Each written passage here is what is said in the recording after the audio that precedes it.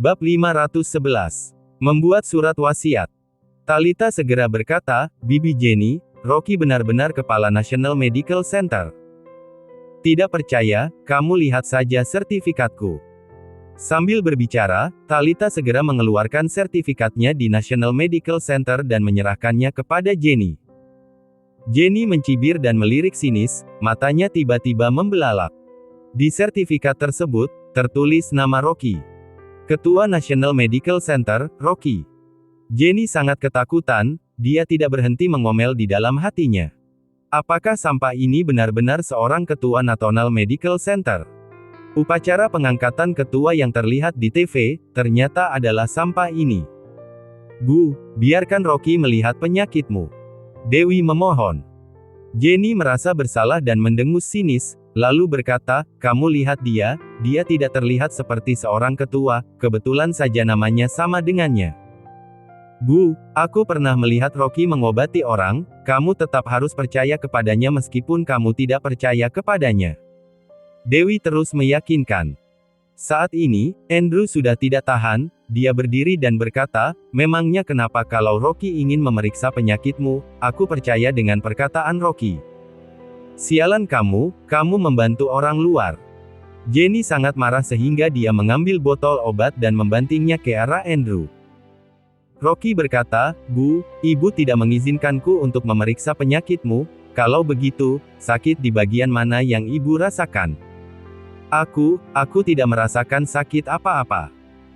Jenny berteriak dengan perasaan bersalah dan dengan raut wajah mencibir, dia berkata, "Rocky, kamu bisa menjadi ketua di National Medical Center, ini benar-benar lelucon di bidang pengobatan tradisional Tiongkok.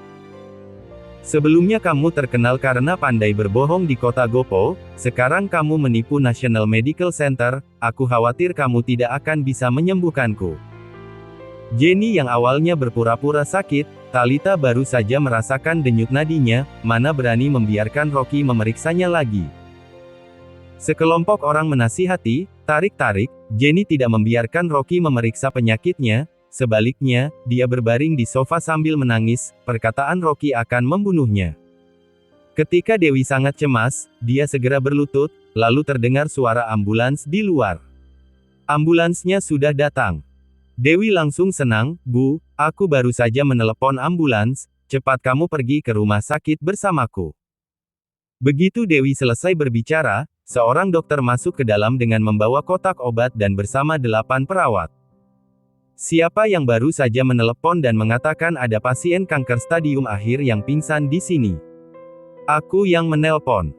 Dewi segera berdiri dan berkata, "Ibuku menderita kanker lambung, tetapi dia menolak untuk pergi ke rumah sakit, tolong kalian pikirkan caranya." Dokter berkata, "Kebetulan, ada peralatan medis dan mesin USG Doppler portabel di ambulans, kami periksa dulu ibumu."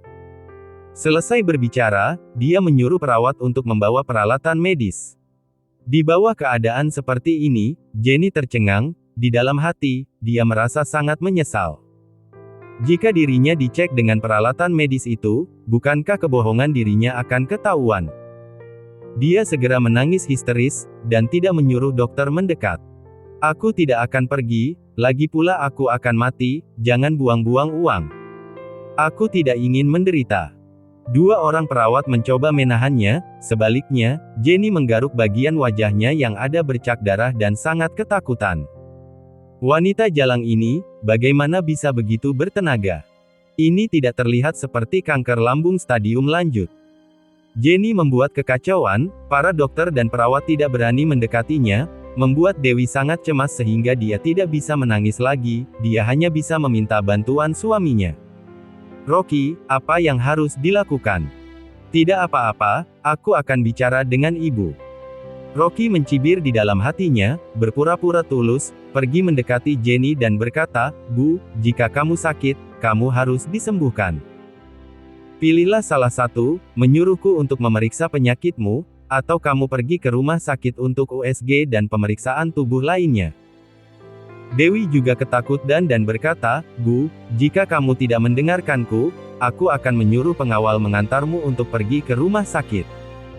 Jenny merasakan getaran di hatinya, jika dia pergi ke rumah sakit, dia tidak bisa berpura-pura lagi. Dia melirik Rocky dengan menyipitkan matanya, berpikir bahwa meskipun sampah ini memiliki sedikit keterampilan medisnya pasti akan biasa-biasa saja. Lebih baik menipu sampah ini. Kepikiran sampai sini, Jenny berpura-pura menjadi impoten dan berkata, "Ibu sudah tua dan tidak tahan dengan masalah ini, lebih baik ibu tidak pergi ke rumah sakit dan membiarkan Rocky menyembuhkannya." Dewi menghela nafas lega. Bagaimanapun, jika ibu setuju untuk melakukan pengobatan, maka masih ada harapan. Baiklah, aku akan memeriksa denyut nadi ibu dulu. Setelah Rocky selesai berbicara, tiba-tiba pergelangan tangan Jenny mulai terasa denyut nadi. Jenny ingin menarik tangannya, dan dia tidak bisa melihatnya dengan jelas. Dia meraih tangannya dan memarahinya di dalam hatinya. Bagaimana sampah ini bisa bergerak lebih cepat dari monyet? Orang-orang di ruangan itu segera keluar dan menunggu hasilnya dengan cemas. Wajah Jenny menjadi tegang, karena takut Rocky bisa melihat kebohongannya. Rino dan Alicia yang berada di samping menjadi gelisah, jantungnya naik turun dengan kencang, mereka benar-benar sangat cemas. Semenit kemudian, Rocky meletakkan tangannya dan berkata, "Sudah selesai." "Rocky, bagaimana kabar ibu?" Dewi dengan tidak sabar bertanya. Wajah Jenny memucat dan telapak tangannya berkeringat. Bagaimana jika sampah benar-benar dapat melihat bahwa dirinya berpura-pura sakit? Pandangan semua orang yang ada di ruangan itu terfokus kepada Rocky, menunggu hasil darinya. Rocky mengangkat kepalanya dan berkata dengan wajah murung. "Dewi, kamu harus siap mental, ibu benar-benar sakit. Dan penyakitnya sangat parah." Dewi terdiam beberapa saat, dia tidak mampu menahan pukulan itu, tubuhnya menjadi tidak bertenaga. Jika bukan karena Talita yang memeluknya, dia pasti sudah jatuh. Bagaimana ini bisa terjadi? Andrew bergumam dalam hatinya, dan air matanya mengalir. Meskipun Jenny sering galak setiap hari, tapi bagaimanapun juga Jenny adalah istrinya, mereka sudah bersama selama belasan tahun, bagaimana bisa mengatakan bahwa Jenny akan pergi? Hanya setelah mendengar ini, wajah Jenny menunjukkan secercah kegembiraan. Dia mengatakan bahwa Rocky adalah sampah, dia tidak menyangka bahwa Rocky benar-benar sampah.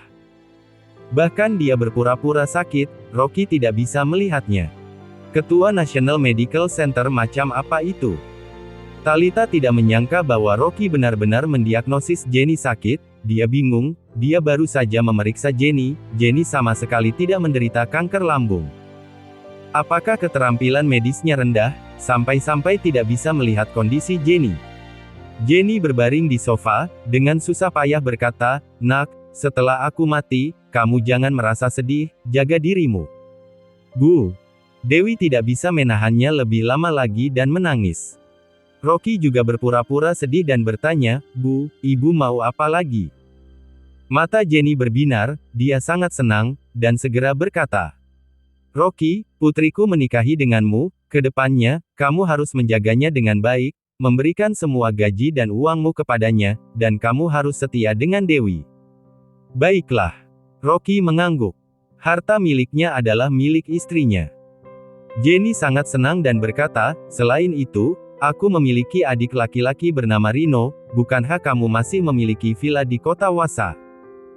Anda alihkan kepemilikan villamu ke Rino, dan kemudian memberikan villa kota GPO kepadaku, sekarang kamu bawa buku tabungan ibu, oh iya, kamu bisa menandatangani perjanjian.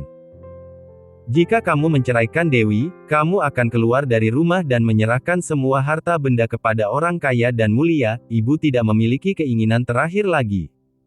Bab 512. Menyembuhkan penyakit mertua. Rocky dari dalam hati menertawainya. Jenny benar-benar sangat hebat. Dia menyuruhku memberikan hartanya kepada istrinya, tapi sekarang dia menyuruhku keluar dari rumah dan memberikan seluruh harta kekayaannya ke adiknya. Dia benar-benar adalah mertua terbaik yang pernah ada. Rocky tanpa mengeluh berkata kepadanya, "Jangan khawatir, Bu. Jika kamu benar-benar sudah meninggal, saya akan melakukan permintaan terakhirmu." "Kalau begitu, bagus sekali." Jenny sangat bahagia. Dia tidak menyangka bisa begitu mudahnya menipu Rocky, sampah ini benar-benar sangat bodoh. Dia dengan buru-buru mengedipkan matanya kepada Rino untuk memintanya mengambil dokumen surat wasiat. Rocky, tanda tangani ini, serahkan vilamu kepadaku dan Rino dan juga serahkan buku tabunganmu kepada aku. Rocky melirik dokumen itu sambil tertawa dari dalam hatinya. Dia berkata, Bu, saya tidak akan menandatanganinya. Hah? Jenny langsung terkejut dan juga marah sambil menunjuk-nunjuk Rocky, baru saja kamu sudah berjanji, kamu sedang kentut ya? Aku sudah mau mati, kenapa kamu tidak menghormati aku, dasar? Rocky berkata dengan dingin, Bu, aku tidak menandatanganinya karena kamu tidak akan mati. Aku bisa menyembuhkanmu. Rocky, apa kamu benar-benar bisa menyelamatkan ibuku? Kata Dewi dengan terkejut dan mencoba untuk bangkit dari tanah dan memeluk lengannya sambil memohon, Rocky, tolong selamatkan nyawa ibuku. Jangan khawatir, Dewiku. Rocky berkata, dia juga adalah ibuku, aku tidak akan membiarkan ibu meninggal, tidak peduli berapa harganya, aku akan menyembuhkan ibu. Rocky. Kata Dewi yang tiba-tiba sangat tersentuh dan memanggil namanya, dia juga tidak kuasa menahan tangis dan memeluk Rocky. Jenny mencibirnya dan berkata, oke, kamu sembuhkan aku. Lagi pula dia memang tidak sakit sama sekali, bahkan jika dia punya penyakit, si sampah ini juga tidak bisa menyembuhkannya. Rocky pelan-pelan melepaskan Dewi dari pelukannya dan berjalan ke arah Jenny dengan ekspresi yang seperti tersenyum dan juga tidak tersenyum. Tiba-tiba, dia mengayunkan tangannya dan menamparnya dengan keras. Pah! Suara tamparan sangat keras dan nyaring. Ah! Jenny menjerit keras seperti babi yang hendak dipotong, dia langsung terjatuh di atas sofa. Dewi juga langsung terkejut dan berkata, Rocky, apa yang kamu lakukan? Rocky tersenyum tipis, kemudian dia meregangkan bahunya dan berkata, aku sedang menyembuhkannya. Sialan! Kamu kenapa memukuliku? Wajah Jenny langsung memerah dan dia langsung melihat ke arah Rocky dengan menggeramkan gigi-giginya. Begini caramu menyembuhkan aku, dasar sialan. Rocky mencondongkan badannya ke samping Jenny dengan wajah yang serius. Dia berkata, Bu, saya benar-benar ingin menyembuhkan kamu, tetapi kamu mungkin tidak dapat menerima terapi dariku ini. Jika kamu tidak percaya, kita bisa langsung lakukan pemeriksaan karena dokter sudah ada di sini, kita bisa lihat apakah kanker lambungmu benar-benar sudah hilang atau tidak. Kamu. Wajah Jenny sudah begitu pucat sampai membuatnya tidak bisa berbicara lagi. Dia sama sekali tidak menderita kanker lambung. Andrew langsung terbengong, dia bergegas bertanya kepadanya, Rocky, apa yang sudah kamu lakukan?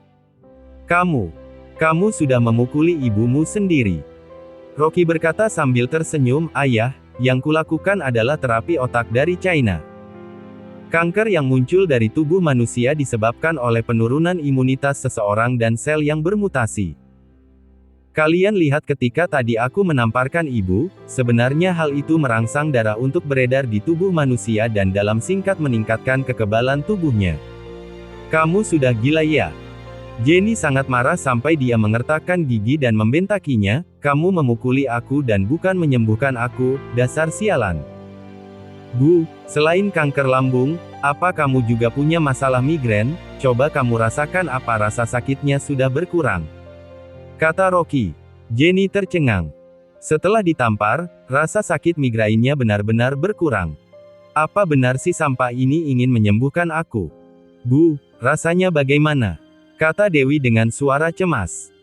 Jenny langsung tidak bisa berkata-kata dan juga tidak senang. Dia memang punya penyakit migrain, dia bahkan tidak bisa tidur ketika migrainnya sedang parah-parahnya, tapi Rocky menamparnya dan membuat rasa sakit migrainnya berkurang.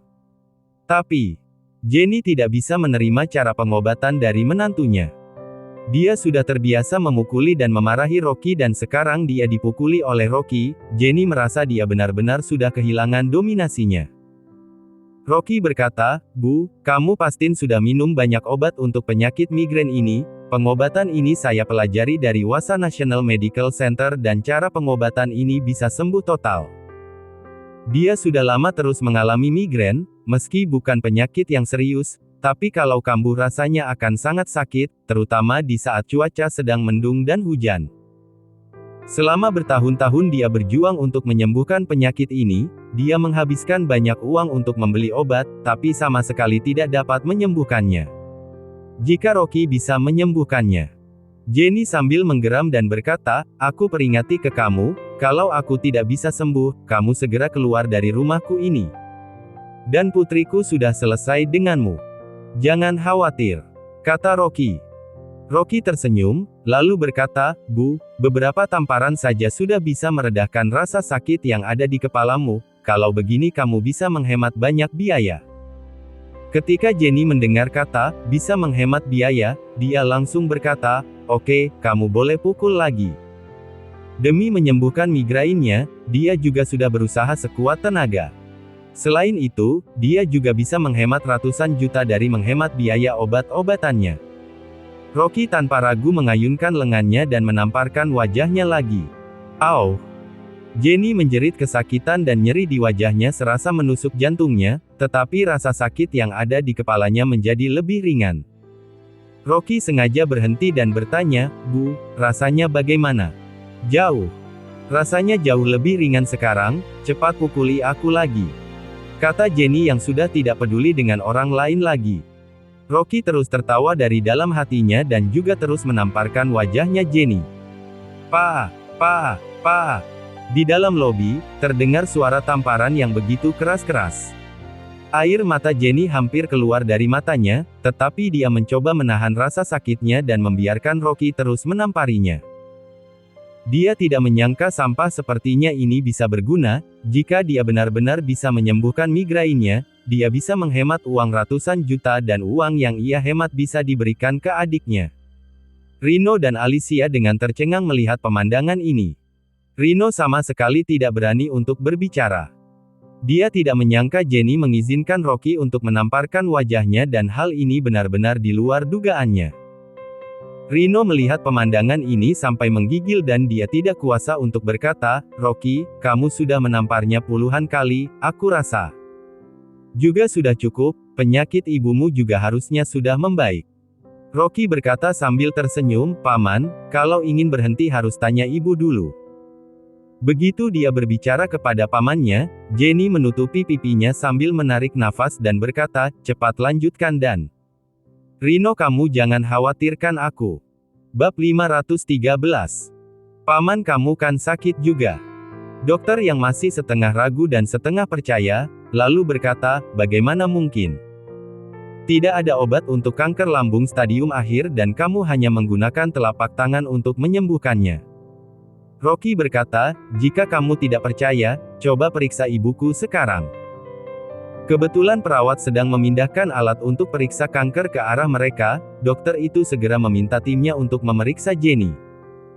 Jenny juga merasa khawatir, kalau saat diperiksa ternyata Rocky malah memperburuk kondisi tubuhnya, dia harus membayar semua biaya perawatannya. Beberapa menit kemudian, para perawat dengan wajah yang terkejut, lalu berkata, Pak, kanker yang ada di lambung pasien, tiba-tiba menghilang dan lambungnya terlihat seperti orang yang belum pernah terkena kanker lambung.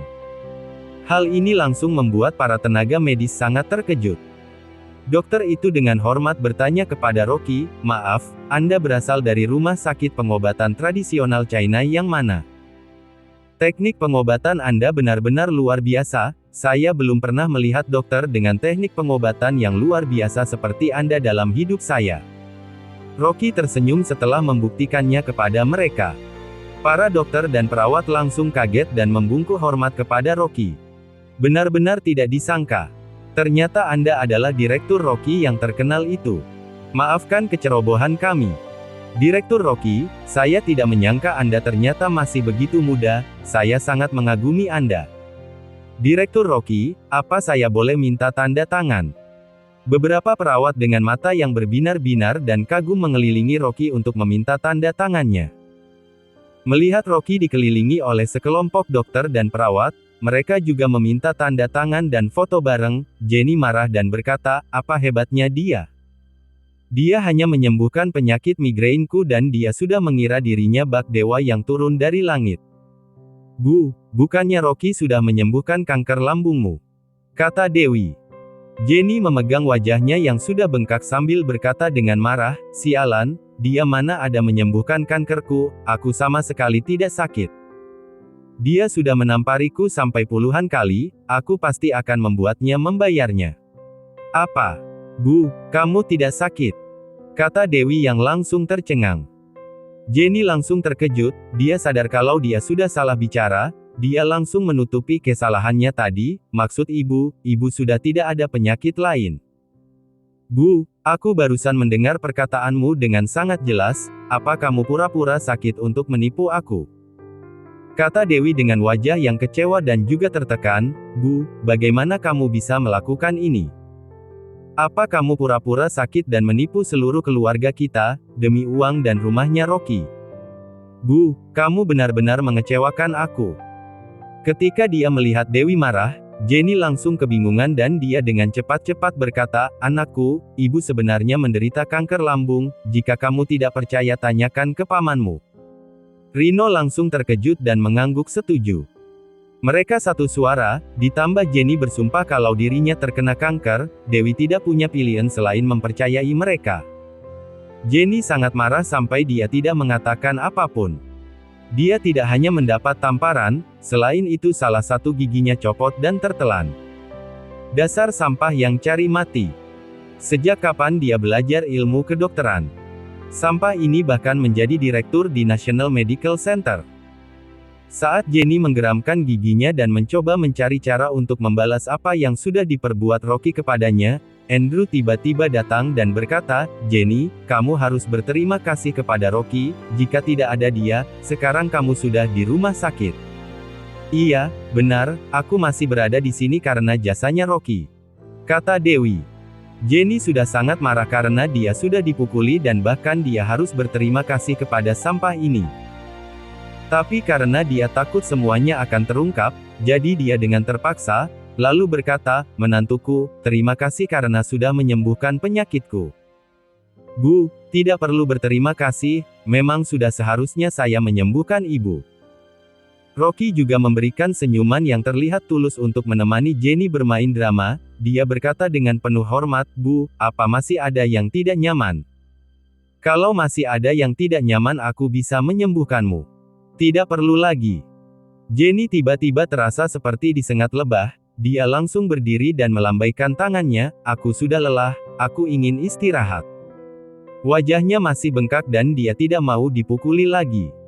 Jenny langsung melewati Dewi dan berjalan ke tempat tidurnya, lalu menutup pintu kamarnya. Di luar pintu, Rocky berkata sambil tersenyum kepadanya. Bu, lain kali jika ibu masih merasa tidak enak badan, tidak perlu pergi ke rumah sakit, cari saya saja, saya pastikan semua penyakit yang ibu derita bisa sembuh. Mendengar hal itu telinga Jenny terasa gatal. Sembuh? Sembuh apaan? Wajahnya masih terasa sangat sakit. Dia berbaring di tempat tidur sambil memaki-maki Rocky dari dalam hatinya. Jenny jelas merasakan kalau Rocky sekarang sudah menekan posisinya. Suamiku dan anak perempuanku sudah memihak Rocky, bahkan jika dia ingin melawan Rocky, dia juga tidak punya kesempatan untuk melawannya. Di dalam keluarga Liu apa posisinya sudah digantikan Rocky. Jenny marah dan juga kesakitan, dia menutupi tubuh dan kepalanya dengan selimut, dia juga tidak ingin mendengar apapun yang ada di ruang tamu. Di ruang tamu, Andrew dengan terharu dan berlinang air mata menarik tangan Rocky. Rocky, ibu masih bisa hidup karena kamu. Putriku bisa menikahimu, sudah menjadi keberuntungan keluargaku Liu. Mulai dari sekarang aku akan meminta ibumu untuk tidak marah-marah lagi dan berhenti membentakimu. Dia sangat berterima kasih kepada Rocky dan dia juga menyesal karena sudah pernah meremehkannya. Dewi juga sangat senang melihat ayahnya sudah mengubah pandangannya tentang Rocky, dia dengan lembut berkata kepada Rocky, Rocky, terima kasih ya. Rocky berkata sambil tersenyum, kita adalah satu keluarga, sudah seharusnya aku membantu ibumu dan juga yang lainnya. Rino merapat ke samping dan merasa tidak puas karena dia tidak bisa mendapatkan villa itu. Dia berkata dengan tergagap-gagap, Villa, masalah villa. Rocky menoleh ke arahnya, lalu menatap Rino dengan senyuman dan menyelanya, Paman, aku lihat kantung matamu semakin hitam, apa karena kamu akhir-akhir ini begadang karena penyakit makmu kambuh? Hah? Kata Rino yang sudah tertegun dan tanpa sadar berkata, iya.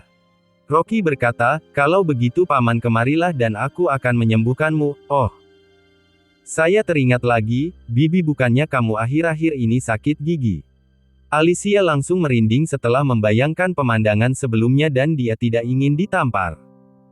Meskipun gigi besarnya sangat sakit, tapi Alicia berusaha menahan rasa sakit dan dia dengan cepat menggelengkan kepalanya, tidak sakit, gigiku tidak sakit. Rino juga terus berkata tidak, aku baik-baik saja, aku tidak butuh pengobatan apapun. Pada saat ini, Andrew berkata, Rino, kamu bukannya beberapa hari yang lalu beli obat untuk ginjal, tidak apa-apa. Teknik pengobatan Rino bisa menyembuhkanmu. Dewi juga berkata, Bibi, gigimu bukannya sudah sakit selama 2 hari ini. Aku lihat kamu masih makan obat, Rocky bisa menyembuhkanmu, tidak perlu sungkan-sungkan. Tidak, terima kasih. Kata Alicia yang dengan ketakutan menggelengkan kepalanya. Rocky berjalan ke arahnya sambil tersenyum dan berkata, Bibi, kita semua satu keluarga, tidak perlu sungkan-sungkan, aku bisa menyembuhkanmu. Tidak perlu. Kata Alicia sambil melompat ketakutan yang seperti terkena sengatan listrik dan dia langsung menarik Rino pergi dari sana. Rocky, Bibi dan pamanmu teringat masih ada masalah yang belum diselesaikan, jadi kami pulang dulu. Mereka berdua keluar dari sana seperti sedang melarikan diri. Bab 514. Pembalasan Jenny. Melihat kedua orang itu keluar dari ruangan itu bak dikejar harimau, Rocky langsung menunjukkan senyumannya yang dingin. Mau mengambil vilaku? Kalian pikir aku ini mudah untuk dibohongi? Kalian pikir aku bisa dibohongi dengan cara murahan seperti ini? Ternyata berakting sakit kanker, kalau begitu lihat akting siapa yang lebih hebat. Lagi pula tadi dia sudah menamparkan Jenny sampai puluhan kali. Wanita tua ini sudah dari 4 tahun yang lalu terus memukulinya dan memarahinya, dia sudah dari lama ingin memukulinya. Rocky sebenarnya masih punya sedikit rasa belas kasih, jika Jenny bukan ibu istrinya, dia pasti akan dengan tanpa ampun memukulinya. Sekarang Jenny kelihatannya untuk beberapa waktu ke depan tidak berani berpura-pura untuk sakit lagi. Dewi tiba-tiba berjalan ke arah Rocky sambil menundukkan kepalanya dengan gerakan tangan yang gelisah, lalu dia berkata, Rocky, maafkan aku, tadi aku tidak menemanimu ke rumah sakit. Dia bersikap seperti anak kecil yang telah melakukan kesalahan dan wajahnya terlihat gelisah. Melihat pemandangan ini, Rocky langsung tersenyum, kejadian tadi juga tidak bisa disalahkan ke Dewi. Dia tidak kuasa untuk memeluk dia, lalu berkata, Dewiku, kondisi ibu adalah yang terpenting, masalahku sudah beres, kamu jangan khawatir. Iya, kata Dewi yang mengangguk dan masih merasa bersalah. Dia tiba-tiba mengangkat kepalanya dan dengan serius berkata, aku sudah memikirkannya saat perjalanan pulang, aku seharusnya tidak boleh. Tidak boleh meragukan kamu dan sekretaris dan aku seharusnya tidak boleh tidak percaya kepada kamu. Mulai hari ini pekerjaanmu dengan Dini, aku tidak akan ganggu lagi. Melihat matanya yang masih bengkak, Rocky dengan penuh kasih sayang berkata kepadanya, Dewiku, orang yang sangat penting bagiku selain orang tuaku dan keluargaku adalah kamu, Dewiku. Tidak peduli wanita mana yang ingin menggodaku, posisimu di hatiku tidak akan pernah tergantikan. Dewi dengan penuh penyesalan dan terharu memeluk Rocky. Talita yang sedang jongkok di lantai untuk merapikan barang yang ada dan dia tiba-tiba melihat mereka berdua sedang berpelukan, Talita langsung tersipu malu dan cepat-cepat keluar dari ruangan itu. Tapi Talita merasa sangat sedih ketika melihat mereka berdua berpelukan. Dewi benar-benar beruntung bisa menikahi Rocky dan menjadi istrinya. Ketika Rocky memeluk tubuh halus milik istrinya, insting seorang laki-lakinya mulai bangkit. Sejak pulang dari kota Wasa, dia terus tidur di ruang kerjanya, ditambah dia terus mendengar Talita dan istrinya terus tertawa di sebelah ruangannya, hal ini membuatnya begitu kesal dan tidak bisa tidur. Sekarang dia sedang memeluk pinggang ramping milik istrinya, dia sudah tidak tahan lagi dan tangannya sudah mulai tidak jujur. Wajah Dewi memerah dan pikirannya mulai gelisah. Dewi tiba-tiba duluan mengambil inisiatif dan mencium wajahnya. Rocky terkejut karena untuk pertama kalinya Dewi memulainya duluan. Dia ternyata duluan memulainya. Untuk pertama kalinya. Dewiku. Rocky tidak bisa mengendalikannya dirinya lagi, dia langsung menundukkan kepalanya dan memeluk istrinya. Mereka berpelukan di ruang tamu, tetapi lupa bahwa ayah mertua tua itu masih menyapu lantai. Ehek. Ehek, suara batuk. Melihat pemandangan itu, wajah Andrew juga memerah dan dia bergegas keluar dari ruang tamu. Dewi tersipu malu, dia menoleh sedikit dan dengan panik mendorong Rocky, ayah masih di sini. Untuk apa takut? Rocky tersenyum jahat, lalu dia menundukkan kepalanya dan berbisik kepadanya, ayah juga mendesakku untuk cepat-cepat punya momongan. Menurutmu, kita kapan punya anak? Wajah cantik Dewi terlihat merah dan kebingungan, tetapi tubuhnya terlihat tidak berdaya, serasa lumpuh dan tidak bisa bergerak. Untuk mempunyai anak bersamanya, bukannya harus. Membayangkan adegan seperti itu, Dewi terlihat lebih malu-malu lagi. Melihat wajah cantik istrinya yang sudah memerah, Rocky semakin bersemangat sampai tak kuasa menahan diri untuk memeluk istrinya lagi dan menundukkan kepalanya untuk. Di kamar tidur, Jenny membuka selimutnya dan kemudian berjalan ke cermin. Di cermin, dia melihat dua pipinya merah dan membengkak. Jenny mengulurkan tangannya dan menyentuhnya, tiba-tiba dia berteriak kesakitan sampai air matanya keluar. Dia dengan marah menggeramkan giginya. Dia ditampar lebih dari 10 kali oleh menantunya, ditambah lagi pada saat itu dia berada di depan banyak orang. Yang membuat Jenny marah adalah sudah ditampar puluhan kali, dia juga harus kehilangan giginya dan giginya copot sampai tertelan, lebih memalukannya lagi dia harus meminta maaf kepada Rocky. Sialan. Jika aku tidak segera membereskan sampah ini, dia pasti akan menggantikan posisiku. Jenny sedang duduk di tempat tidur dan berpikir bagaimana caranya agar bisa membereskan si sampah ini dari keluarga Liu sekaligus menjaga posisiku ini. Di saat itu juga, dia langsung berdiri karena teringat dengan sesuatu hal. Belum lama ini, ketika dia bermain mahjong dengan beberapa teman-temannya, dia sesumbar kalau putrinya telah mendirikan perusahaan konstruksi dengan dana yang sangat besar, bagaimanapun apa yang dia katakan telah melebih-lebihkan fakta yang ada.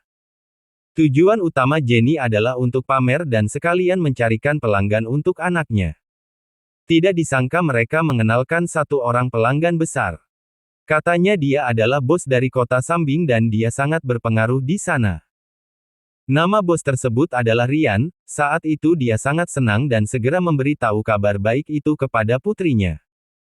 Putrinya juga sudah menghubungi Rian dan membuat janji untuk bertemu hari ini, tempat pertemuannya berada di Hotel Hilton untuk membahas penandatanganan kontrak.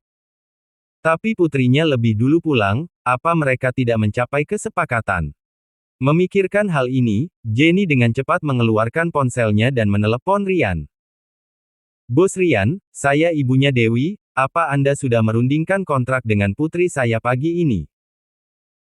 Tiba-tiba dia mendengar hal yang paling tidak ingin dia dengar dari bos Rian dan dia berkata dengan dingin, saya sudah menunggu di depan hotel itu, putri Anda tidak datang, tapi dia hanya meninggalkan pesan saja, kata satpam yang ada di sana, dia sedang bertengkar dengan suaminya, jadi dia langsung pulang begitu saja. Apa? Jenny sangat terkejut dan dia rasanya ingin menghancurkan HP yang dia genggam. Kenapa si sampah mengganggu bisnis putrinya? Harus diketahui, untuk bisa membangun hubungan dengan bos Rian bukanlah hal yang mudah. Wuring Group adalah perusahaan konstruksi besar terkenal dari kota Sambing dan mereka mempunyai 30 bangunan di dalam negeri. Nilai kontrak yang rencananya ingin ditandatangani bos Rian dengan putrinya adalah sebesar lebih dari 1 triliun rupiah. Uang sebanyak itu yang seharusnya bisa dia dapat telah dirusak oleh Rocky. Jenny menggeramkan giginya, kemudian dia tersenyum palsu, lalu berkata, Bos Rian, maafkan aku. Menantuku yang tidak berguna ini sudah membuatmu kecewa. Saya kali ini ingin minta maaf, putriku sangat ingin bekerja sama denganmu, mohon Anda memberikan satu kesempatan lagi. Teman mahjongnya merupakan kerabat jauh dari Bos Rian. Tetapi untuk memanfaatkan kesempatan ini, Jenny meminta maaf kepada Bos Rian dengan penuh rasa bersalah. Bos Rian terjerat dengan tipu dayanya Jenny, jadi dia hanya bisa mengiyakan Jenny. Jenny marah dan juga senang, dia takut Bos Rian berubah pikiran, jadi dia langsung membuat pertemuan dengannya. Saat sudah ingin menutup telepon, Jenny terkekeh dan berkata, "Bos Rian, apakah Anda bisa membantu saya?" "Apa?" "Kudengar Bos Rian mengenal orang yang cukup kuat dan berpengaruh. Anda sangat hebat dan tidak ada orang lain yang berani mengganggu Anda," kata Jenny yang menyanjungnya. Lalu dia berkata dengan tersenyum palsu, "Bisakah Bos Rian membantuku mencari seseorang untuk memberi pelajaran ke menantuku? Menantuku benar-benar tidak berbakti, dia tidak hanya merusak bisnis anak perempuanku, tetapi dia juga sudah menamparkan saya sampai puluhan kali. Saya mohon kepada Bos Rian untuk membantu saya mencari orang yang kuat dan beri dia pelajaran." Bab 515. Keuntungan yang melimpah. "Dia ini," kata Rian sambil mengerutkan keningnya. Selama berbisnis, dia belum pernah bertemu seorang wanita tua yang memintanya mencari seorang preman untuk memberi pelajaran ke menantunya sendiri. "Saya minta tolong kepadamu, Bos Rian. Tolong bantu saya untuk kali ini," kata Jenny dengan merengek minta tolong. "Kalau kontrak ini bisa disepakati, di dalam kontrak nanti saya akan meminta putriku untuk memberikan Anda keuntungan sebesar 40 miliar. Rian tidak ingin membicarakannya lagi, tetapi dia langsung memperhitungkannya begitu mendengar keuntungan yang begitu banyak. Hanya mencari beberapa preman baginya sangatlah mudah dan tidak perlu mengeluarkan banyak uang untuk menyewa mereka. "Nona Jen, saya akan mempertimbangkan hal ini." Rian tidak segera menjawab. Dia juga ingin mengetahui apakah menantu Jenny benar-benar seorang sampah atau jika menantunya ini adalah orang yang berpengaruh, bisa-bisa dia yang akan mengalami kerugian. "Oke, saya akan menunggu kabar dari Anda," kata Jenny dengan sangat gembira. Setelah menutup telepon, senyum palsu yang ada di wajahnya Jenny langsung menghilang, dengan ekspresi yang galak dia tertawa. "Hahaha. Beraninya sekali sampah sialan ini menampari dia. Kali ini dia akan membalas Rocky dengan keras." Di dalam kamar hotel yang mewah, Rian meletakkan ponselnya, tapi wajahnya menunjukkan amarah. Jika bukan karena bisa mendapatkan keuntungan sebesar itu, dia tidak ingin menandatangani kontrak itu dengan Dewi. Sebenarnya baginya perusahaan Arta Cloud hanyalah perusahaan kecil, tetapi Dewi terus berulang kali dengan tulus meneleponnya dan dia juga menawarkan keuntungan yang lumayan. Jika bukan demi keuntungan yang bisa dia dapat, dia tidak akan datang ke kota kecil ini. Dia berbalik dan memanggil seorang pria muda yang mengenakan jas putih dan sedang bersandar di jendela. "Keanu, tolong kamu wakilkan aku menandatangani kontrak dengan perusahaan Arta Cloud." Pemuda jas putih ini sedang sibuk video call dengan seorang wanita, lalu berkata, "Ayah, bukannya dulu-dulu ayah yang urus dan bukan aku." Nada bicaranya membuat Rian kesal, lalu dia berkata, "Kamu hanya tahu pergi main dengan cabe-cabean itu, kamu mau sampai kapan seperti ini terus? Dan kamu bisa suka dengan wanita cabe-cabean seperti itu?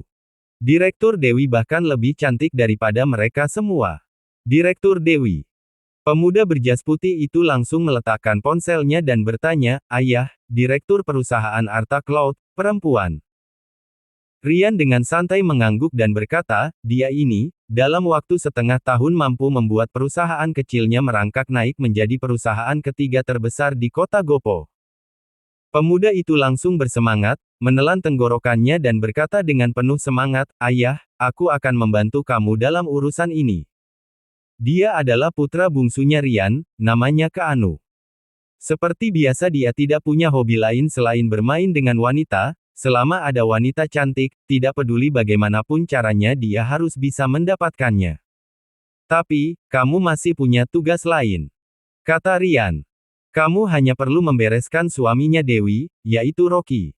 "Baik, tidak masalah," kata Keanu.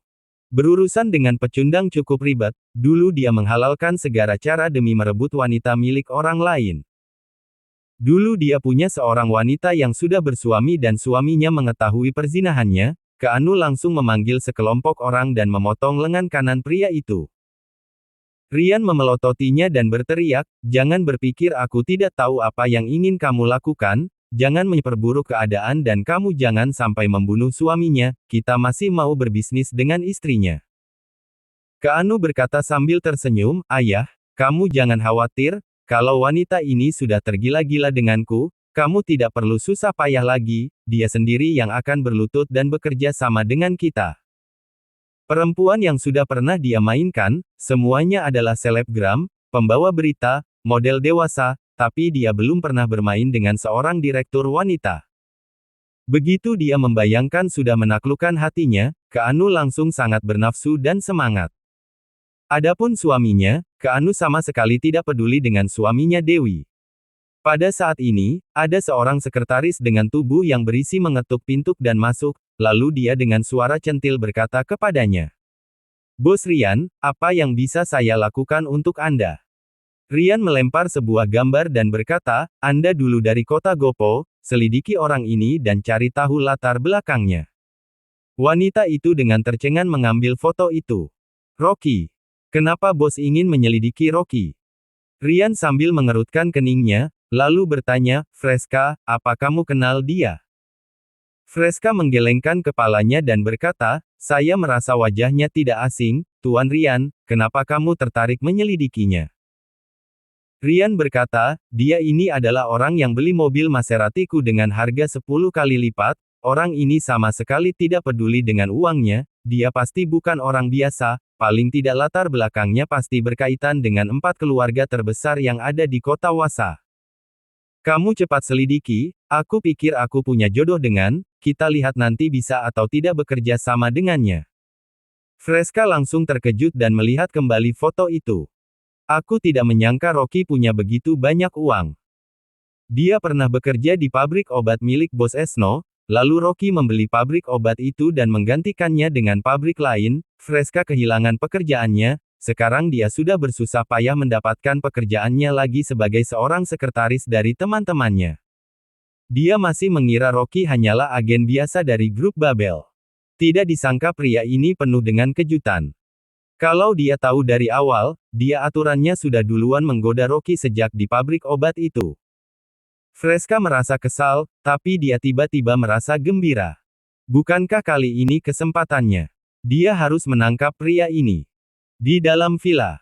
Begitu Rocky keluar dari ruang kerja, matanya langsung dibuat kepanasan. Dewi mengenakan gaun berwarna merah pucat, rambutnya diikat rapi, dengan sedikit riasan di wajahnya dan dia terlihat begitu sempurna di mata Rocky. Gaunnya yang ketat membentuk lekukan tubuhnya, pahanya dibalut dengan stoking sutra berwarna merah daging yang tembus pandang dan dipadukan dengan sepatu hak tinggi yang membuatnya begitu elegan. Biasanya dia selalu menggunakan baju berwarna hitam dan pakaiannya juga tidak terbuka, tetapi kali ini dia berbeda. Sekarang Rocky dengan sengaja bertanya dengannya, Dewiku, kamu mau pergi kemana?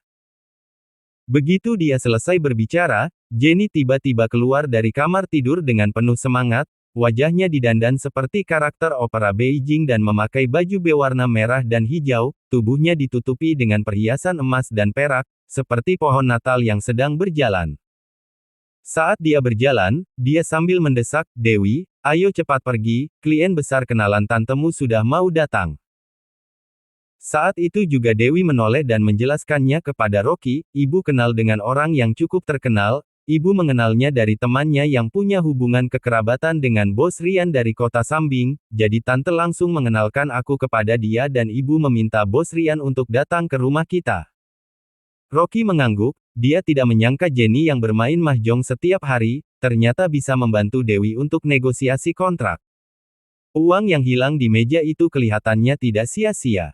Rocky, kamu bingung apa lagi? Cepat sapu lantai. Perintah Jenny kepada dia. Dan juga jangan lupa untuk menyeduhkan teh, rebus airnya dan kemudian aku ingin kamu berdiri di depan pintu untuk menyambut tamu kita. Bab 516. Pecinta wanita. Rocky berkata dengan dingin, kamu bukannya sudah cari pembantu untuk melakukan ini. Ini bukan pekerjaanku tapi pekerjaannya pembantu. Sebelum kembali ke kota Gopo, begitu tinggal di villa, Jenny langsung mencari 3 pembantu dan menyuruh Dewi membayar gaji mereka. Setelah dia selesai berbicara, dia tidak mempedulikan Jenny dan langsung berjalan ke taman. Melihat Rocky yang begitu santai dan tidak mendengarkannya, Jenny dengan marah menggertakkan kakinya.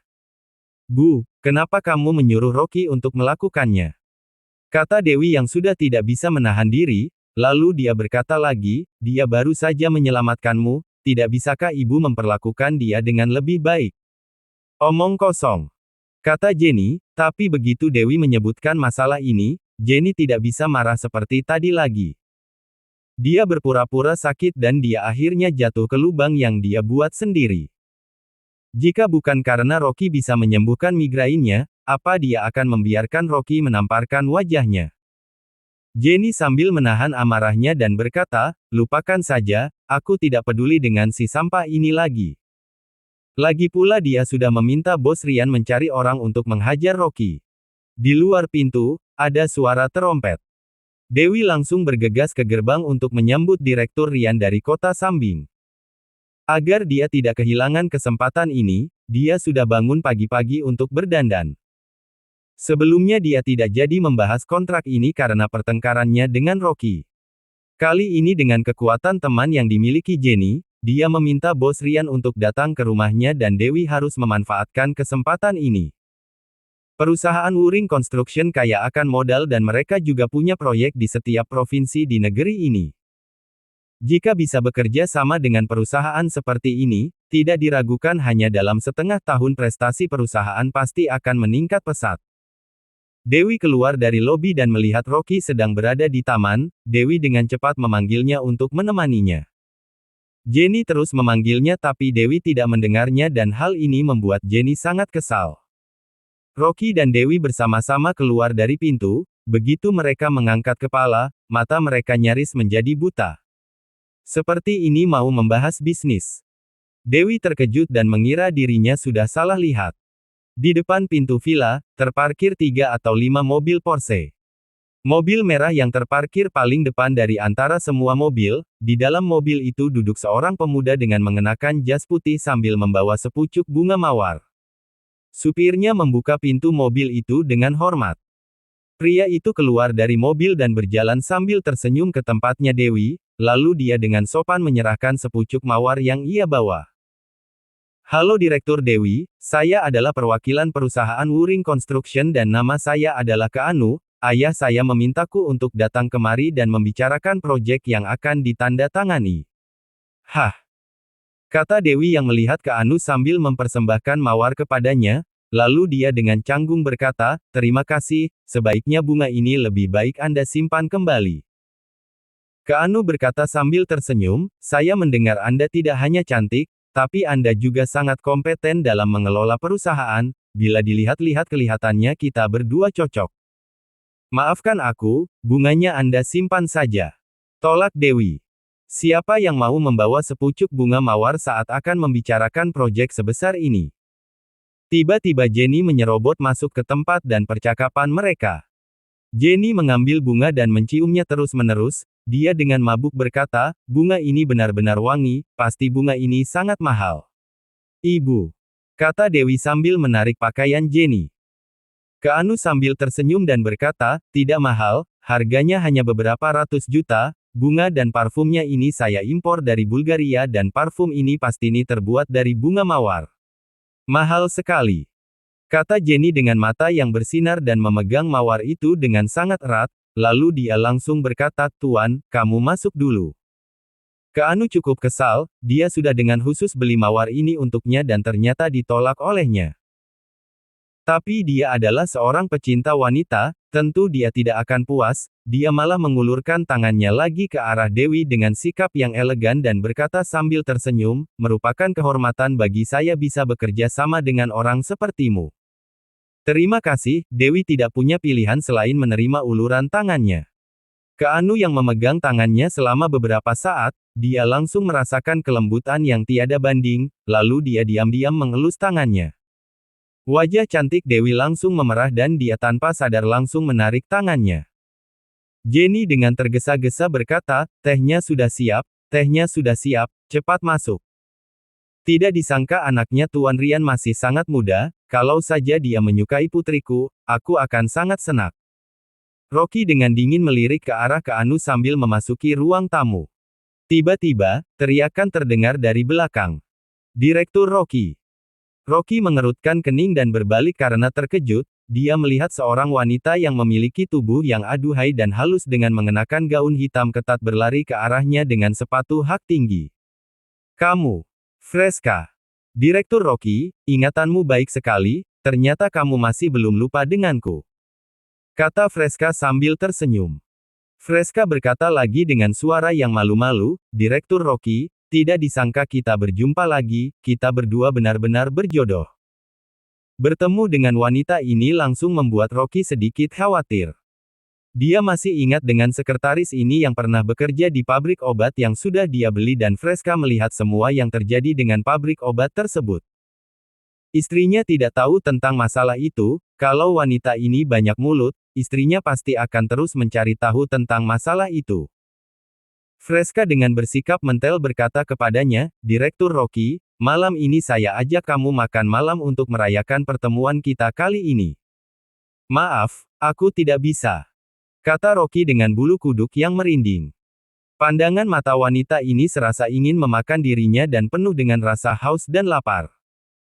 Dia berpikir sejenak, lalu dengan serius berkata kepadanya, Fresca, aku harap kamu bisa menjaga mulutmu dan sebaiknya kamu simpan saja pada dirimu sendiri, oke? Oke. Kata Fresca sambil tertawa centil, lalu dia merangkul tangannya dan mengarahkannya ke kerah bajunya, Direktur Rocky, kamu elus dong, hal yang tidak boleh ku katakan ada di sini. Rocky tidak menyangka dia begitu beraninya bersikap seperti ini kepada dirinya. Sialan. Lacur sekali dia ini. Dia langsung melihat ke dalam villa dan segera menarik kembali tangannya dari rangkulan Fresca. Untungnya istrinya sedang tidak melihat dia. Direktur Rocky, kamu coba dulu. Kata Fresca yang menolak Rocky melepaskan tangannya darinya sambil menempelkan lagi tangannya ke kerahnya. Kepala Rocky serasa mati rasa, dia baru kali ini melihat wanita yang seperti ini, lalu dia langsung berbalik menuju ke dalam villa. Dia berharap wanita ini sebaiknya tutup mulut, jika tidak masalah yang timbul akan jauh lebih kompleks. Dia berjalan ke ruang tamu dan melihat ada 3 orang yang sedang duduk di sofa untuk membicarakan penandatanganan kontrak. Begitu Jenny melihatnya masuk, dia langsung berkata, cepat tuangkan teh untuk tamu yang datang. Rocky tidak mempedulikan Jenny dan langsung duduk di sampingnya Dewi. Rocky, kamu sudah tuli ya, kamu tidak dengar aku bilang apa? Kata Jenny dengan nada yang tinggi. Begitu Dewi melihat ibunya bersikap kasar lagi kepada Rocky, dia berkata, aku saja yang menuangkan teh untuk ke Anu. Sudah-sudah, kamu urus penandatangan kontrak ini, biar aku saja yang menuangkan tehnya. Kata Rocky sambil mengelus punggungnya, lalu pergi ke dapur untuk menuangkan tehnya. Dia pergi menuangkan tehnya karena tidak sudi kalau bocah ini meminum teh buatan istrinya sendiri. Orang seperti dia tidak pantas untuk minum teh buatan istrinya sendiri. Setelah Rocky pergi ke dapur, Jenny mulai mengeluh, sampah ini, makin lama makin tidak sopan, padahal sudah gratis makan, minum dan tidur di rumahku ini dan sampai sekarang masih bergantung sama istrinya sendiri. Bu, kamu kembali ke kamarmu. Kata Dewi yang tiba-tiba berdiri dengan wajah yang dingin. Pada saat-saat biasa, Jenny menegur Rocky, tetapi dia tidak tahan.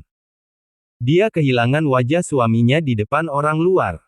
Ketika Jenny melihat putrinya marah, dia hanya bisa-bisa diam dan merasa kesal. Bibi Jenny, tidak perlu, tidak perlu. Kata ke Anu tapi hatinya cukup gembira. Dia sudah mencari tahu tentang Rocky si sampah ini, dia tidak menyangka ternyata dia lebih pecundang dari yang dia bayangkan. Kalau sudah seperti ini, istrinya akan jauh lebih mudah untuk dia rebut. Nafsu dan semangat ke Anu semakin berdesir ketika melihat wajah cantik yang dimiliki Dewi. Bab 517. Aku suka laki-laki seperti dia. Dia sudah pernah mencicipi tubuh selebgram, presenter, tapi tidak ada yang seindah dan secantik Dewi, terutama keeleganannya yang begitu high class, hal ini membuatnya sama sekali tidak bisa disamakan dengan para selebgram. Rocky datang sambil membawa teh, melihat Jenny sudah tidak berbicara lagi, dia juga tidak berbicara dan dia hanya fokus mendengarkan 2 orang yang sedang membahas penandatanganan kontrak. Setelah dia mendengar pembicaraan mereka berdua, dia merasa ada yang tidak beres. Kontrak ini senilai 300 miliar, menurut ketentuan kontrak, Dewi sudah memberikannya keuntungan yang banyak, tapi dalam pembahasannya ada keuntungan 40 miliar lagi yang harus diberikan kepada mereka. Dengan kontrak yang seperti ini, walaupun tidak rugi tapi keuntungan yang didapat tidak banyak. Yang membuat hal ini semakin bingung adalah ternyata Jenny yang mengusulkan 40 miliar ini diberikan kepada mereka. Jenny yang biasanya sangat rakus, tiba-tiba uang sebesar 40 miliar diberikan kepada mereka, rasanya matahari seperti sedang terbit dari barat. Selang berapa lama, Dewi sudah menyelesaikan pembicaraan kontrak ini dan besok mereka akan secara resmi menandatangani kontraknya. Kontrak ini penuh kejanggalan, walaupun keuntungan yang didapat tidak banyak, tapi yang diminta Dewi hanyalah nama dari perusahaan Arta Cloud terpampang jelas untuk proyek ini. Industri konstruksi dari kota Sambing memang berkembang pesat saat ini dan modal yang diserap sudah 10 kali lipat dari kota Gopo dan dia tidak boleh berpuas diri jika dia ingin mengembangkan perusahaan Arta Cloud menjadi perusahaan yang besar. Keanu berdiri dan berkata sambil tersenyum, untuk merayakan kerjasama kita hari ini, malam ini aku akan mentraktir kalian makan malam. Sebuah kehormatan bagi kami, kata Dewi sambil tersenyum ramah. Keanu berkata sambil tersenyum, baiklah kalau begitu, aku yang akan mengatur acara malam ini dan Dewi kamu tidak boleh merebutnya dariku. Mendengar hal itu Dewi merasa sedikit terkejut dan tidak nyaman. Hubungannya dengan Keanu hanyalah sebatas hubungan kerjasama proyek dan mereka tidak begitu mengenal satu sama lain, cara dia yang langsung memanggil namanya bukannya sudah terlalu sesuka hatinya. Selain itu, dia juga tidak ingin banyak bicara lagi dengan dia setelah makan malam nanti. Tapi karena perusahaannya memegang peranan penting, Dewi dengan terpaksa mengiyakan Keanu, lalu berkata, Direktur Keanu, tolong panggil saya Direktur Dewi saja. Baik, kamu juga jangan lupa ajak suamimu datang. Keanu berkata sambil tersenyum lebar, mari hari ini kita semua saling mengenal, mulai hari ini kita semua adalah teman. Baik. Kata Dewi sambil mengangguk dan juga merasa lega. Dia pikir Keanu orang yang sedikit sembrono, tapi dia merasa lega setelah dia ternyata meminta dirinya untuk membawa suaminya. Saat Keanu meninggalkan villa, senyuman di wajahnya tiba-tiba menghilang. Kemudian dia tertawa dengan ekspresi yang jahat. Acara malam ini, dia secara khusus mengaturnya untuk menghajar Rocky agar Dewi tahu kalau suaminya ini adalah seorang pecundang dan membuktikan akulah pria yang diidam-idamkan oleh para wanita. Saat ini, Ryan meneleponnya. Keanu, jika kamu punya waktu untuk mencari tahu, tanyakan pria mana yang sudah beli mobilku, aku punya beberapa informasi yang dapat dipercaya, katanya orang yang beli mobilku dari kota Wasa dan berasal dari keluarga Lin. Apa? Keluarga Lin? Kata Keanu dengan wajah yang sedikit terkejut, lalu dia berkata, ayah, kita harus cari pria ini dan kita harus segera kerja sama dengannya. Tentu saja. Suara Ryan terdengar bahagia, lalu dia berkata lagi, selain itu aku curiga dia adalah penerus dari keluarga Lin. Jika kita bisa menemukannya, kita pasti akan bergabung dengannya dengan cara apapun, kedepannya ketika kita ingin ke kota Wasa untuk melakukan pengembangan perusahaan, prestasi kita pasti akan 10 kali lebih baik dari sekarang. Baik, aku akan mencari tahunya. Kata Keanu yang semakin bersemangat. Perusahaan Wuring Construction adalah salah satu perusahaan terbesar di kota Sambing, tapi keluarga Lin dari kota Wasa jauh lebih besar dari mereka. Dulu ayahnya pergi ke kota Wasa dengan niat untuk bekerja sama dengan keluarga Lin atau keluarga Jiang, dia sudah bersusah payah menyiapkan hadiah untuk mereka, tapi mereka tidak menganggapnya dan meremehkannya. Kali ini sebuah kesempatan bagus telah datang ke hadapan mereka. Freska duduk di sebelahnya Keanu dan melihat wajahnya begitu bersemangat, hal ini membuat Freska terkekeh dalam hati. Tujuannya sekarang hanyalah ingin menggoda Rocky. Tubuhnya yang gagah membuat Freska sangat bernafsu, dia bermimpi bisa berada di pelukannya, ditambah Rocky punya uang dan kekuatan, dia menjadi lebih bahagia lagi. Dia suka menggoda suaminya orang lain, terutama yang kaya dan juga berpengaruh. Kalau orang ini tahu siapa yang sedang dia remehkan, dia pasti akan sangat menyesal.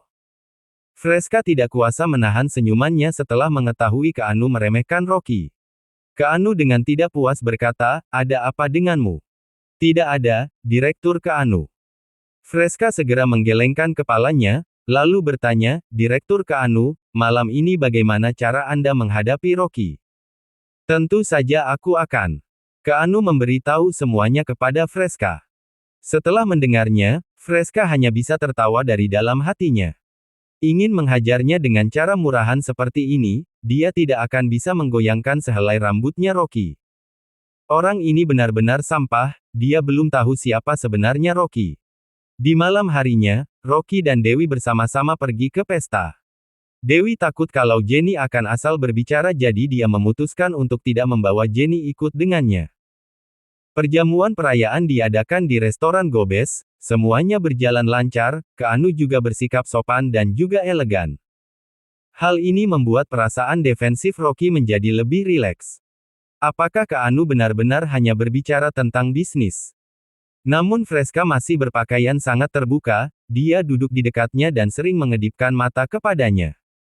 Dia membuat Rocky merasa canggung, untung istrinya bersikap biasa saja dan tidak cemburuan seperti sebelumnya. Setelah selesai makan malam, Keanu mengundang satu asosiasi. Asosiasi ini juga memiliki dana investasi dari perusahaan Wuring Construction. Asosiasi ini terutama digunakan oleh bos besar yang punya aset lebih dari 20 miliar untuk menegosiasikan bisnis, selain itu mereka juga menerapkan sistem VIP. Pemilik asosiasi ini berasal dari kota Sambing, dia bernama Eric dan dia tidak begitu menonjol. Tapi semua yang mengenalnya ketakutan, bahkan pasukan Sadodi yang ada di kota Wasa menghindarinya dan tidak mau memprovokasinya. Eric terkenal dengan kekejamannya di kota Sambing, dengan nama Bos Rian yang dia bawa, dia mengendalikan setengah dari pasukan Sado yang ada di kota Sambing. Dia datang ke kota Gopo, karena tahun ini Keanu telah berinvestasi beberapa proyek di kota Gopo, dia adalah pemilik asosiasi, dia juga mengelola proyek ini untuk Keanu dan juga melindungi keselamatan mereka berdua. Keanu secara khusus membuka pintu mobilnya dan meminta mereka berdua untuk masuk ke dalam.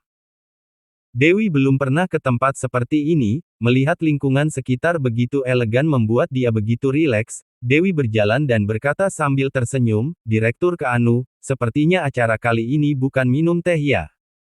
Keanu berkata sambil tersenyum, tadi baru saja makan, jadi kita harus sedikit berolahraga. Itu. Keanu tersenyum dan memberi tahu seorang pelayan untuk menekan lift, pelayan tersebut membungkuk untuk meminta Dewi masuk. Lift langsung ke lantai 5. Begitu pintunya terbuka, Rocky melihat orang-orang begitu bahagianya. Ini.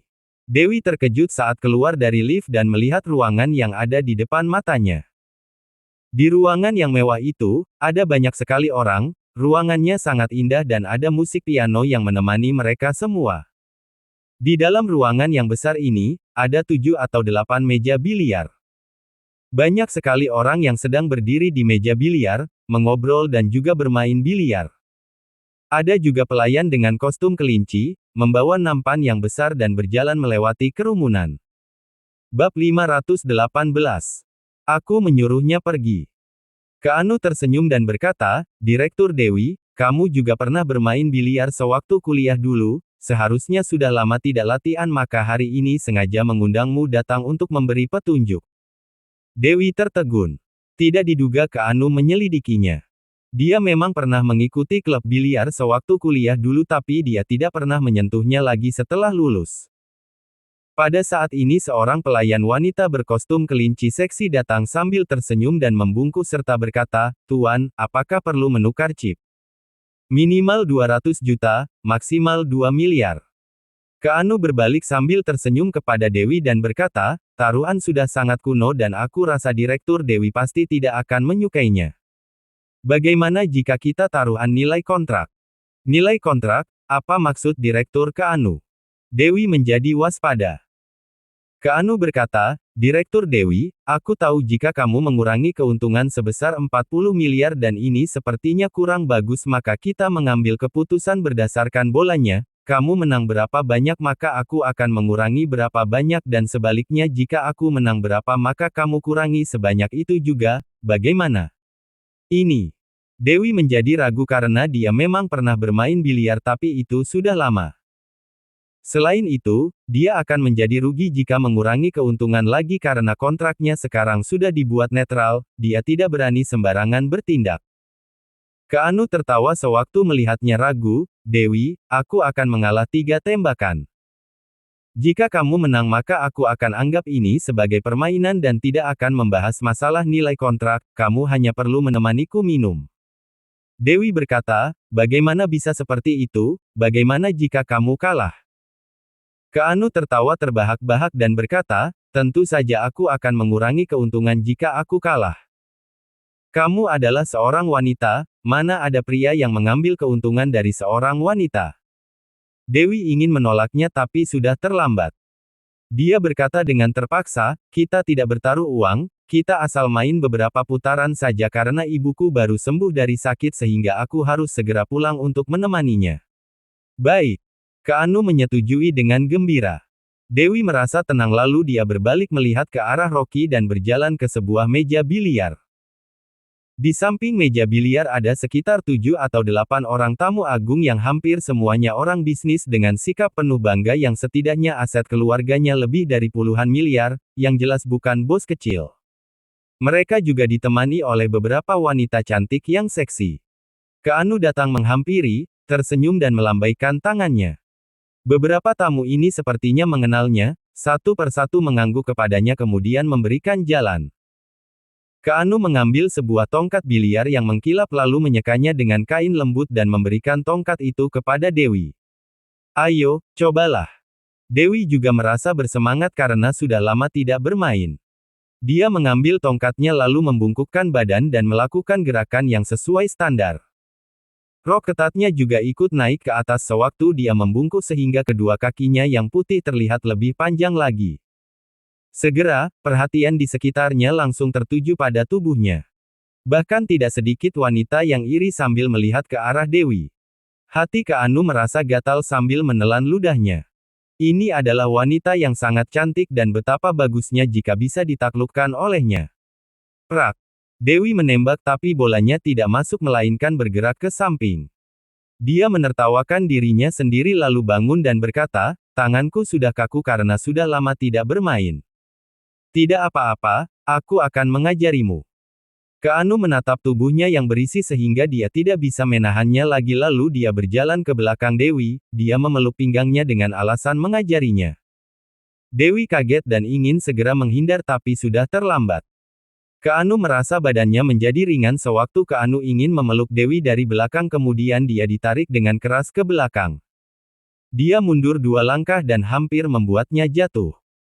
Rocky melepaskan tangan yang ada di kerahnya sambil berkata, menjauh dari istriku, jika tidak mau aku menendang kepalamu seperti menendang bola.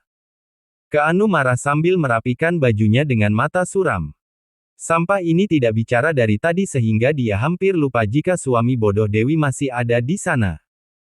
Dia menelan ludahnya sambil mencibir, apakah kamu bisa main bola? Tidak bisa. Rocky menggelengkan kepalanya. Dulu dia sibuk membantu bisnis keluarga ketika masih berada di keluarga Lin yang ada di kota Wasa, mana mungkin dia bisa punya waktu bermain bola biliar dan wanita. Keanu mencibir, minggir saja jika tidak bisa, jangan mengganggu aku bermain bola bersama Dewi. Aku sudah mengatakan akan menjadikan nilai kontrak sebagai taruhannya maka kamu jangan mengganggu. Rocky berkata, ini hanya biliar saja, apakah tidak boleh main jika tidak bisa? Apakah kamu yang menetapkan peraturannya? Biliar adalah olahraga yang berkelas, apakah kamu pikir ini main bola gundu? Keanu menghina Rocky dan berkata, orang yang kesini adalah orang kelas atas, Tuan Rocky, mohon kamu jangan membuat Dewi malu. Jika kamu merasa bosan maka cari orang untuk bermain denganmu dan aku akan membayar semua tagihannya. Setelah itu Keanu melambaikan tangan dan memanggil 2 pelayan wanita kelinci seksi datang sambil memerintahkan, kalian layani Tuan Rocky dengan baik dan lakukan semua permintaannya dan temani dia dengan baik. Dia sudah berpengalaman menghadapi orang kampungan sepertinya. Dia berani jamin jika orang kampungan seperti Rocky pasti tidak ingin pergi jika memberinya beberapa wanita cantik bahkan dia mungkin tidak akan peduli dengan istrinya lagi. Kedua pelayan seksi itu datang mendekatinya. Tuan Rocky, kami akan menemanimu bermain. Mereka merasakan sebuah aura penolakan yang mendorong mereka sebelum menyentuhnya. Rocky berkata dengan dingin, "Pergi." Wanita rendahan seperti mereka sama sekali tidak bisa dibandingkan dengan istrinya. Keanu bahkan menggunakan wanita seperti itu untuk menggodanya, sepertinya dia benar-benar menganggapnya sampah. "Kamu." Keanu marah dan tidak bisa mempertahankan sikap pura-puranya lagi dan berkata dengan dingin, "Rocky, aku telah memberimu muka. Kamu jangan menyalahkanku jika aku menyuruh orang mengusirmu keluar. Kamu sama sekali tidak layak masuk jika bukan aku yang membawamu masuk ke tempat seperti ini." Rocky tersenyum lalu berkata, "Semua itu tidak berharga, selain itu aku tidak ingin memberimu muka." Setelah itu dia berbalik lalu berkata kepada Dewi, "Istriku, mari kita pergi." Dewi juga tidak menyangka jika Keanu akan beradu mulut dengan suaminya. Untuk menghindari masalah yang lebih besar maka dia segera mengangguk dan berkata, "Maaf Direktur Keanu, kami pergi dulu." Setelah itu, dia menarik Rocky dan ingin menuju ke arah lift. Tapi Rocky malah tidak bergerak, dia sekalian menarik Dewi dalam pelukannya dan berkata sambil tersenyum, "Istriku, bukankah kamu sudah lama tidak bermain biliar? Maksudku adalah menyuruhnya." Bab 519. Keanu yang berbahaya. Setelah itu, dia mengeluarkan ponsel lalu mengirim sebuah pesan kepada Billy dan memerintahkan kepadanya membeli klub Starlite dalam 5 menit tidak peduli dengan cara apapun juga. "Menyuruhku pergi." Keanu sama sekali tidak menyangka jika sampah ini begitu sombong sehingga berani menyuruhnya pergi. Keluarga Wu mereka punya saham di klub ini. Dia segera tertawa sambil menunjuk Rocky dan berteriak, "Kamu harus sadar siapa dirimu. Panggil manajernya ke sini dan beritahu sampah ini siapa yang berkuasa di sini." Rocky memeluk Dewi sambil tersenyum dan dia malas menjelaskannya. Dewi menjadi panik, tidak masalah jika kontraknya batal karena dia bisa bekerja sama dengan perusahaan lain tapi dia takut Rocky diusir keluar dan dipermalukan. Dia sekarang sudah bekerja di grup Babel dan jika dipermalukan dan berita ini tersebar, apakah dia masih bisa berada di dunia bisnis lagi? Dia sangat panik tapi Rocky tenang-tenang saja bahkan mengecup pipinya. "Jangan bikin onar." Wajah Dewi memerah karena malu. Tidak apa-apa jika ini berada di rumah tapi Rocky melakukannya di depan Keanu, ini membuatnya malu sekali. Keanu semakin marah melihatnya dan sangat ingin menghajar Rocky.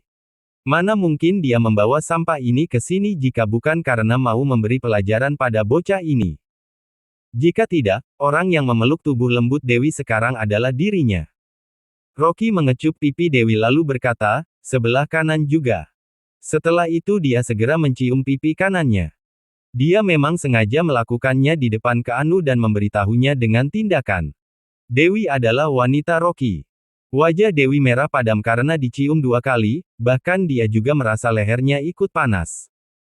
Tapi dia tidak menolaknya. Yang menciumnya adalah suaminya sendiri, bukan orang lain. Selain itu, apa yang mereka berdua lakukan hampir selesai hanya tinggal selangkah lagi. Keanu sangat benci melihatnya. Sampah ini sangat sombong, berani sekali dia. Pada saat ini, manajer buru-buru datang bersama beberapa penjaga keamanan. Mata Keanu langsung bersinar sambil menegakkan tubuhnya dan berkata dengan arogan, "Beritahu sampah ini, siapa penguasa di klub Starlite ini?" Manajer menatap Keanu dengan ragu dan berkata, "Tuan muda Keanu, aku rasa berhenti saja." "Mengapa harus berhenti?" Keanu marah dan berkata, "Sampah ini tidak tahu diri, dia bahkan bikin onar di tempatku maka aku harus memberinya pelajaran. Harus memberitahukan kepadanya jika di dunia ini ada uang dan kekuasaan baru bisa sombong." Ini. Wajah manajer terlihat biru sambil menatap Rocky dengan panik. Dia mana berani bicara karena bos baru tidak bicara. Banyak orang berkerumun di sini dan semuanya adalah pebisnis kaya. Tidak sedikit orang tahu jika keluarga Wu ada saham di klub Starlite sehingga mereka tersenyum dingin. Rocky berkata dengan datar pada saat ini, "Manajer, kamu beritahu mereka." "Baik." Manajer penuh keringat lalu berkata kepada Keanu, "Tuan Keanu, klub Starlite adalah milik Tuan Rocky dan di sini adalah tempat kekuasaannya, mohon Anda jaga sikap." Keanu sedang bangga dan tubuhnya menjadi kaku setelah dia mendengarnya sambil melebarkan matanya. "Ada apa ini?" Apakah dia salah dengar? Jelas-jelas keluarga Wu ada saham di klub ini. Keanu berkata dengan suram, manajer coba kamu katakan sekali lagi.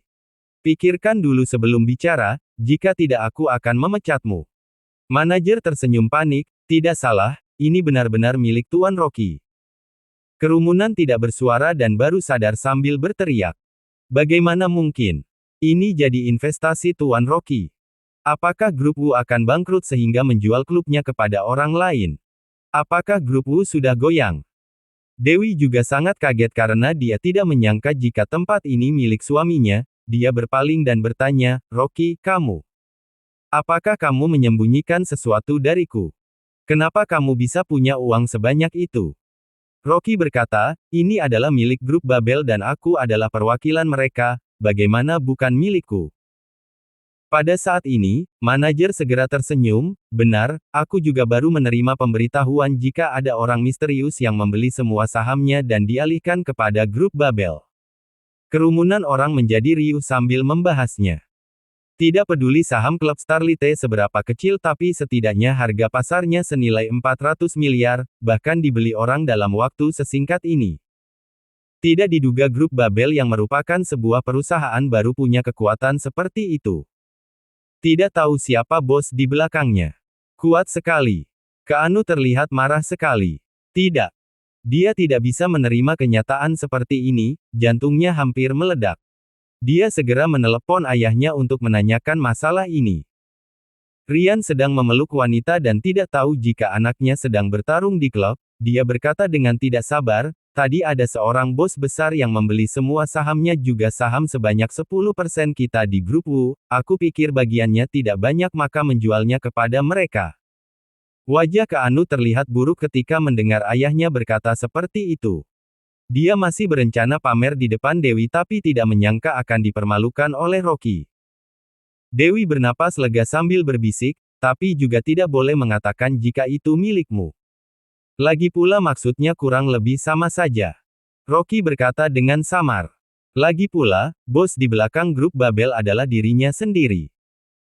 Semua orang pusing memikirkan cara bagaimana untuk memberitahukan istrinya jika mereka tidak punya uang tapi hanya dia yang pusing karena terlalu banyak uang terutama uang yang dihasilkan grup Babel semakin banyak yang membuat Rocky semakin khawatir sehingga dia tidak tahu harus bagaimana memberitahu istrinya. Keanu duduk lemas di kursi sambil menyeka keringatnya dan terlihat menyedihkan. Dewi tidak ingin membuat situasinya menjadi lebih parah maka dia berkata, Direktur Keanu, meskipun klub ini milik suamiku tapi tidak masalah jika kita main di sini. Mohon maaf atas kejadian hari ini, suamiku akan membebaskan semua tagihannya dan kamu bisa main sepuasnya.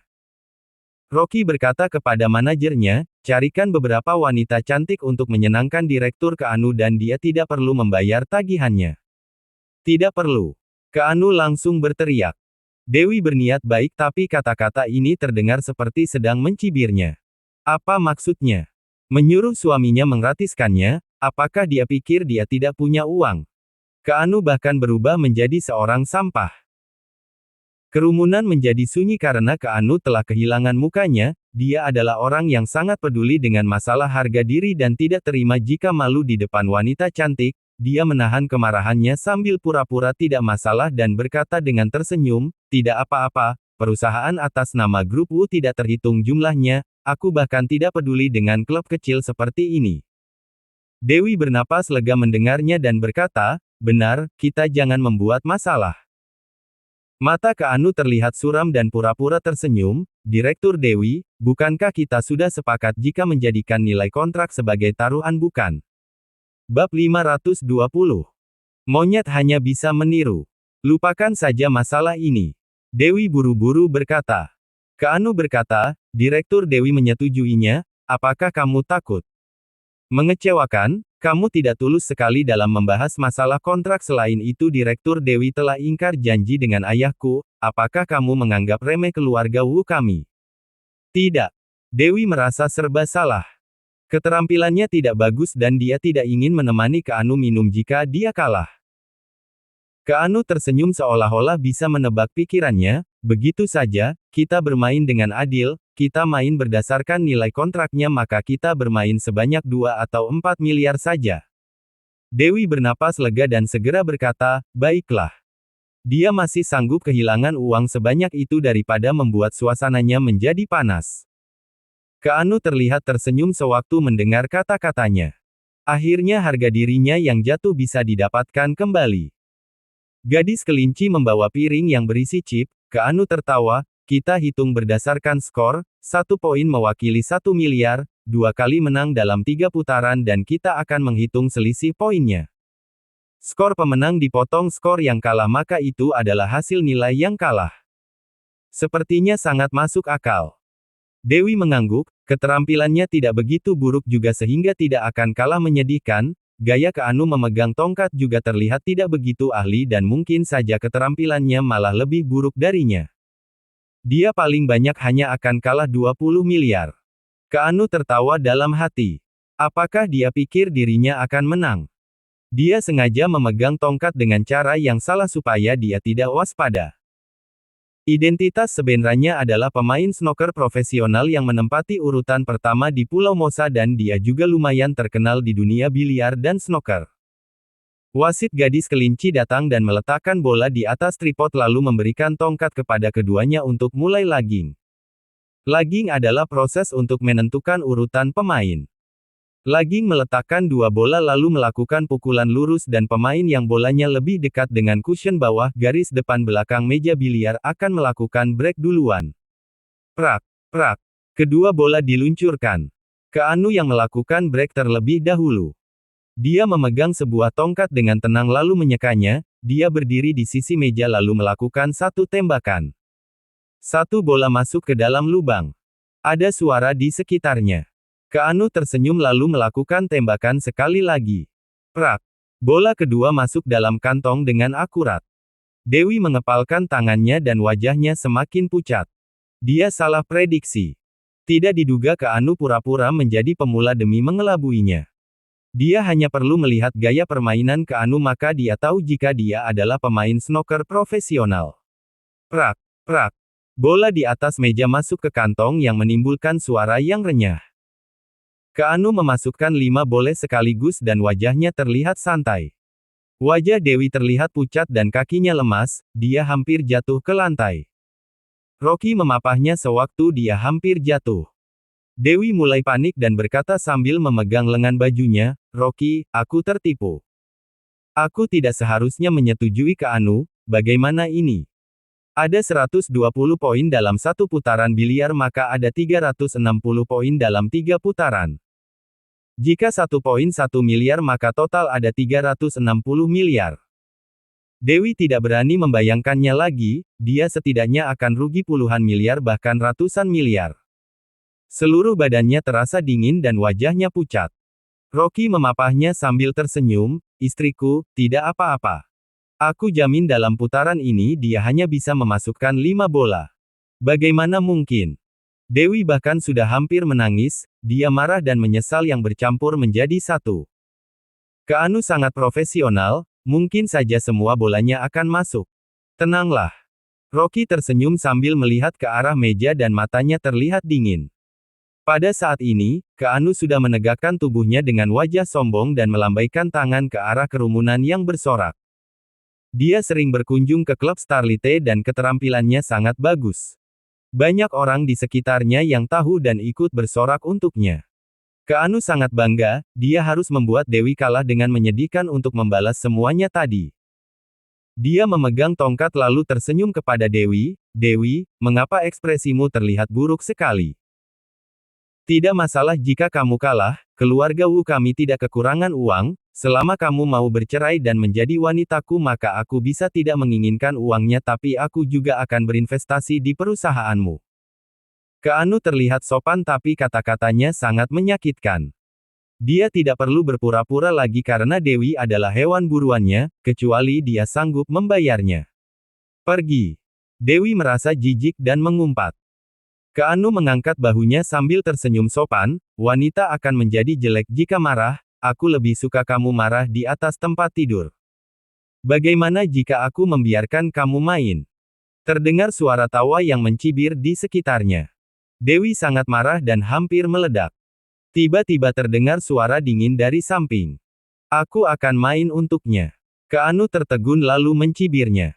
Rocky, kamu bahkan tidak bisa memegang tongkatnya, kamu hanya akan mempermalukan dirimu untuk membuat kami senang.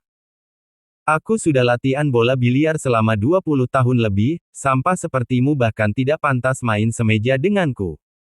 Kerumunan orang tertawa. Rocky berjalan ke samping meja biliar lalu mengambil sebuah tongkat dan menyekanya sambil berkata bahkan sama sekali tidak mengangkat kepalanya. Masalah mudah seperti ini harus latihan selama 20 tahun. Dasar otak babi, kamu bahkan lebih rendah dari sampah. Keanu marah dan wajahnya berubah dan berteriak, jika kamu bisa maka kamu main saja. Jika begitu kamu lihat baik-baik. Rocky mengangkat bahunya sambil berjalan dengan memegang sebuah tongkat dan membungkuk. Dia bahkan memperlihatkan sebuah postur yang sempurna tanpa kekurangan. Kerumunan orang langsung menjadi diam. Keanu juga tertegun. Apakah sampah ini juga merupakan pemain snooker profesional? Dewi juga kaget sambil berdiri dan berkata, Rocky, kamu kapan belajar biliar? Dia tidak pernah melihat suaminya memegang tongkat biliar. Rocky berkata sambil menunjuk tongkatnya dan berkata, baru belajar tadi. Hahaha. Keanu tertawa kencang. Benar-benar monyet, kamu meniru dengan bagus. Sayangnya monyet hanya bisa meniru saja karena sama sekali tidak bisa bermain. Kata-katanya masih belum selesai tapi Rocky sudah melakukan pukulan. Prak. Sebuah bola hijau nomor 6 seperti punya mata dan langsung masuk ke lubang. Kamu mengatakan aku tidak bisa main. Rocky bangun sambil tersenyum. Dalam permainan biliar yang diperlukan adalah fokus penglihatan, kekuatan tangan juga kekuatan untuk memutuskan maka jauh lebih mudah dari latihan ilmu bela diri. Tingkat kesadaran sudah memenuhi seluruh klub Starlite ini sehingga semua gerakan kecil tidak bisa lepas dari otaknya, kekuatan serangan bola, kecepatan meja biliar, prediksi jalur bahkan berat bola semuanya ada dalam otaknya. Belajar satu teknik akupuntur dari Nine Grand Heavenly Scriptures bahkan lebih susah ribuan kali lipat dari bermain bola. Senyum di wajah Keanu membeku dan dia melihat bola nomor 6 itu dengan tidak percaya. Sampah ini bahkan tidak bisa memegang tongkat, mengapa dia tiba-tiba menjadi pemain snooker profesional? Bahkan jika sampah ini bisa meniru gayanya tapi tidak mudah untuk memasukkan sebuah bola dan tidak mungkin bisa dilakukan jika tidak latihan selama 10 tahun. Pasti hanya kebetulan saja. Keanu marah ketika memikirkan ini lalu dia mengeluarkan bola hijau yang baru masuk tadi dan meletakkannya di tempat. Asal. Rocky, aku masih belum selesai bermain pada putaran ini, bola ini tidak dihitung. Haha, aku tahu jika kamu akan bermain curang. Rocky mengangkat bahunya dan berkata, Keanu, keberuntunganmu sudah habis dan ini adalah bola terakhirmu dalam 3 putaran ini maka mainlah dengan baik supaya tidak kalah mengenaskan.